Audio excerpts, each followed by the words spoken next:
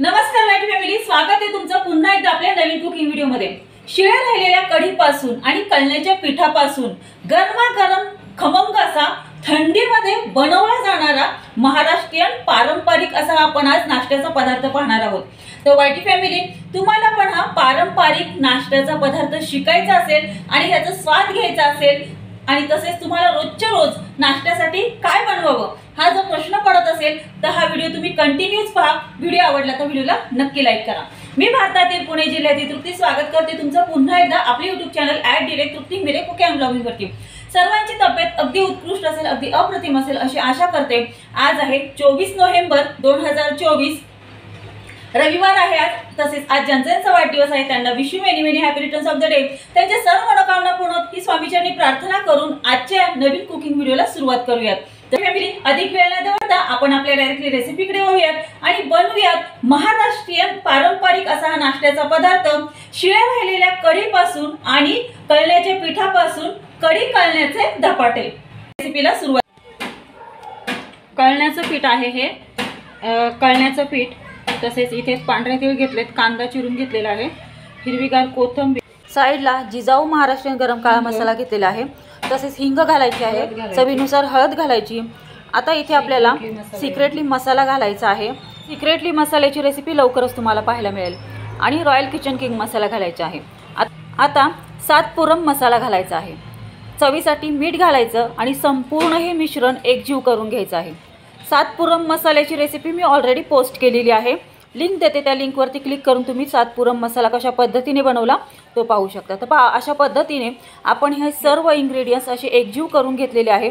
आता ह्याच्यामध्ये आता ही लेफ्ट ओव्हर कढी घालायची आहे ह्याच्यामध्ये, म्हणजे आदल्या दिवशीची जी कढी राहिलेली असते ना ती घालायची ह्याच्यामध्ये। अन्यथा तुम्ही कोणत्याही भाज्या जरी राहिलेल्या असतील तर ते तरीसुद्धा तुम्ही ह्या पिठामध्ये मिक्स केल्या तरी चालेल, काही हरकत नाही। आता ही लेफ्ट ओव्हर कढी ह्याच्यामध्ये घातल्याच्या नंतर संपूर्ण अशी ही एकजीव करून घ्यायची। आपण हे धपाट्याचं पीठ अजिबात पाणी न ॲड करता ह्या कढीमध्येच आपण हे सर्व धपाट्याचं पीठ मळून घेणार आहोत। अशा पद्धतीने आपण हे अजिबात पाणी न ॲड करता त्या कढीच्या मिश्रणामध्येच आपण हे पीठ असं धपाट्याचं मळून घेतलेलं आहे। आता ते एका प्लेटमध्ये काढायचं। अशा पद्धतीने आपले हे धपाट्याचं पीठ मळून झालेलं आहे। आता एक कॉटनचा व्हाईट फडका असेल ना तर ते असं पाण्यात भिजवून घ्यायचं आहे, त्याच्यावरती अजून थोडंसं पाणी शिंपडायचं। धपाट्याच्या पिठाचा थोडासा उंडा घ्यायचा आणि छान असे हे धपाटे थापून घ्यायचे आहेत। धपा धपा धपा धपा असे थापून घ्यायचे आहेत। हे धपाटे थापताना असे जर हाताला पीठ चिकटत असेल ना तर पाण्याचा थोडासा हात घ्यायचा आणि पुन्हा हे धपाटे असे धपा धपा थापून घ्यायचे आहेत, म्हणजे हाताला असे धपाट्याचं पीठ असं चिकटणार नाही। पहा, अशा पद्धतीने आपण हे धपाटे चांगले असे धपा धपा धपा धपा ह्या कॉटनच्या फडक्यावरती धपाटे असे थापून घेतलेले आहेत। आता वरतून थोडंसं असं तीळ पेरायचं आहे। तीळ पेरल्याच्या नंतर मध्यभागी असं होल पाडायचं आणि हे धपाटे गॅस सुरू करून गॅसवरती तवा तापत ठेवायचा आहे। तवा चांगला गरम झाला की ह्यावरती हे धपाटे अशा पद्धतीने भाजण्यासाठी घालायचे आहेत आणि मध्यभागी असं बटर सोडायचं आहे। म्हणजे काय होईल माहिती का, छान असं हे मध्यभागी होलाचे इथे बटर सोडलं ना की हे बटर सगळीकडनं असं पसरतं पहा आणि धपाटे आपले खाली असे चिकटत नाही। अशा पद्धतीने आपले हे धपाटे एका साईडने असे भाजून झालेले आहेत। एक सांगते तुम्हाला, ह्याचा टायमिंग सांगते। पहा, हे धपाटे आहेत ना भाजायला जवळजवळ आपल्याला 7 मिनटं लागतात। म्हणजे कसे 3.5 मिनटं, म्हणजे जेव्हा आपण हे धपाटे गरम तव्यावरती घालतो त्याच्यानंतर तोपर्यंत 3.5 मिनटं पहिल्यांदा आणि 3.5 मिनटं नंतर, म्हणजे असे टोटल 7 मिनटात हे धपाटे छान असे भाजून होतात पहा दोन्ही साईडनी।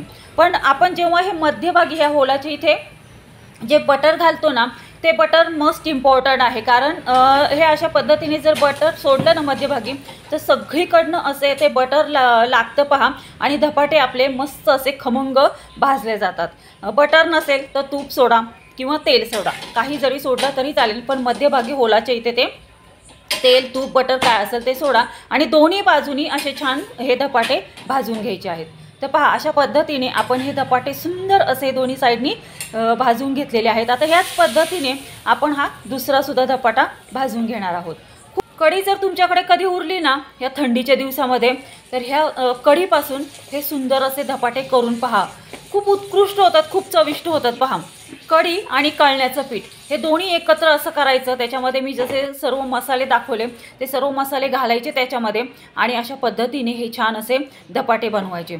एक उत्कृष्ट असा हा थंडीच्या दिवसामधला गरमागरम असा हा नाश्त्याचा प्रकार आहे पहा। तर अशा पद्धतीने आपण हे राहिलेल्या कढीपासून सुंदर असे हे धपाटे बनवलेले आहेत नाश्त्यासाठी। आता ह्याच्यासोबत आपण इथे सर्व करणार आहोत एका वाटीमध्ये छान असं बटर किंवा चहासोबत जरी खाल्लं तरी चालेल किंवा एखाद्या चटणीसोबत सुद्धा तुम्ही सर्व करू शकता। तर वाईटी फॅमिली, कसा वाटला तुम्हाला आजचा आपला महाराष्ट्रीयन नाश्त्याचा पदार्थ? वाईटी फॅमिली, कसा वाटला तुम्हाला आजचा कुकिंगचा व्हिडिओ? आवडला का तुम्हाला सर्वांना? 100% आवडला असणार, हो की नाही? तर वाईटी फॅमिली, तुम्हाला पण आजचा हा कुकिंगचा व्हिडिओ जर आवडला असेल तर नक्की तुम्ही पण अशा पद्धतीने हा महाराष्ट्रीयन पारंपरिक असा नाश्त्याचा पदार्थ बनवून पहा। कढी कळण्याचे धपाटे तुम्ही बनवून पहा, तुम्ही याचा स्वाद घ्या आणि घरातल्यांना याचा स्वाद घ्यायला द्या आणि मग मला कमेंटमध्ये कळवा की आज आपण हे राहिलेली शिळी कढी आणि कळण्याच्या पिठापासून एक महाराष्ट्रीयन पारंपरिक असा हा नाश्त्याचा पदार्थ बनवलेला आहे। कढी कळण्याचे धपाटे हे तुम्हाला कसे वाटले ते? वाईट फॅमिली, तुम्हाला असेच मस्त चमचमीत झणझणीत स्वादिष्ट रेसिपी शिकायची असेल आणि रोजच्या रोज नाश्त्यामध्ये काय बनवावं हा जर रोज प्रश्न पडत असेल तर आपले YouTube channel @directcookingwithkuki&vlogning like, share आणि सबस्क्राइब करा। सबस्क्राइब करून ऑल बेल बटन प्रेस करा, म्हणजे जेव्हा माझे कुकिंग अँड ब्लॉगिंगचे व्हिडिओ पोस्ट होतात तेव्हा त्याचे नोटिफिकेशन तुम्हाला येईल आणि असेच मस्त चमचमीत झणझणीत स्वादिष्ट रेसिपी तुम्हाला शिकायला मिळतील आणि त्यांचा स्वादही घ्यायला मिळेल आणि रोजच्या रोज नाश्त्यामध्ये काय बनवावं हा तुमचा प्रश्नही सुटेल।